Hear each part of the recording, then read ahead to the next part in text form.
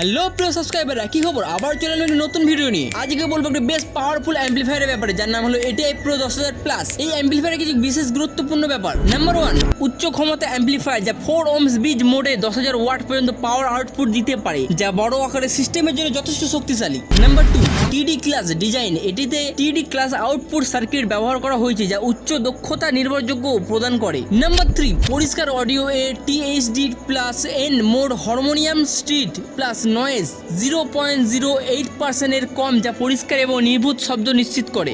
Number 4, উন্নত damping factor. 2000 এর বেশি ড্যাম্পিং ফ্যাক্টর স্পিকারের উপর আরো ভালো নিয়ন্ত্রণ রাখে, বিশেষ করে লো ফ্রিকোয়েন্সিতে। নাম্বার 5, কম নয়েজ। 110 dB এর বেশি সিগন্যাল টু নয়েজ রেডিও নিশ্চিত করে যে নয়েজের পরিমাণ কম থাকে এবং পরিষ্কার সাউন্ড পাওয়া যায়।